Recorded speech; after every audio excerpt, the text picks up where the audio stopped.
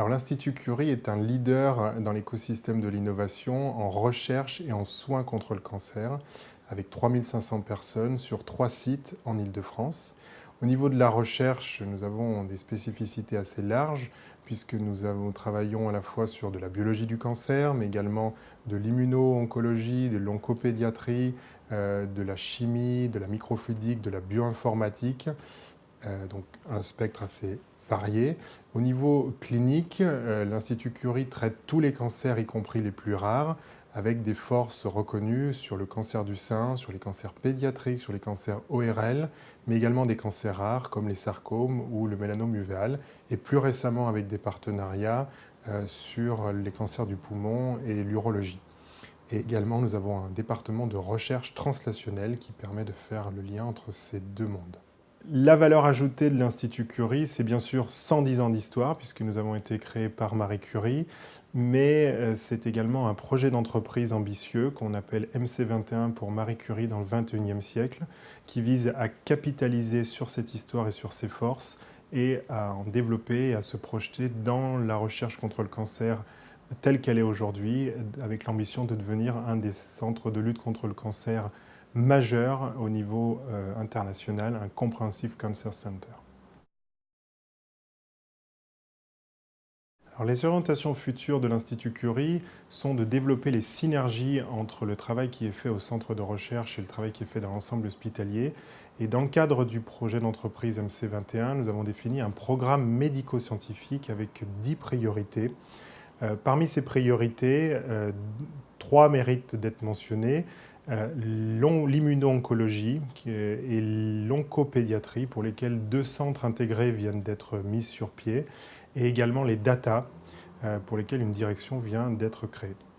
Donc les enjeux pour demain pour l'Institut Curie, c'est évidemment de continuer à être un centre lisible et visible en oncologie, avec évidemment un challenge pour le recrutement de profils de très haut niveau, tant au niveau de recherche qu'au niveau du soin.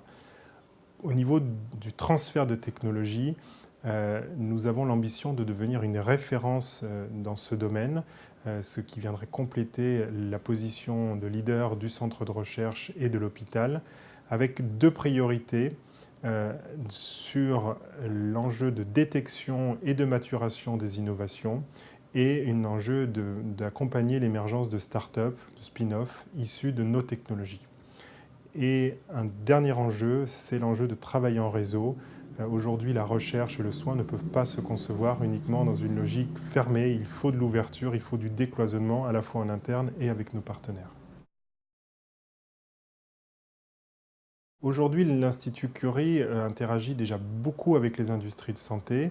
Nous sommes labellisés Institut Carnot, qui s'appelle Curie Cancer, qui est un label compétitif qui vient reconnaître cette capacité de travail. On a également la chance de pouvoir compter et bénéficier sur notre modèle intégré, ce qui est un atout majeur quand on travaille avec les industries de santé, puisqu'on peut nouer des contrats de collaboration ou de licence, tant sur des sujets de recherche fondamentale, translationnelle ou clinique.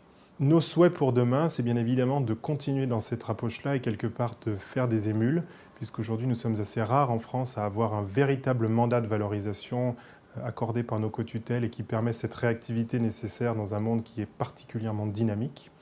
On souhaite continuer ce travail où on met la notion de collaboration avec des industriels au centre de nos activités. Donc notre priorité n'est pas de prendre des brevets puis de les licencier, mais bien d'être dans une logique de copropriété des résultats et d'exploitation conjointe.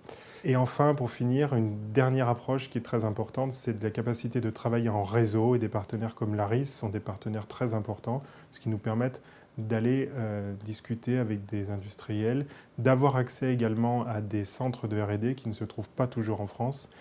Et donc nous voulons vraiment appuyer sur ces éléments-là pour le futur.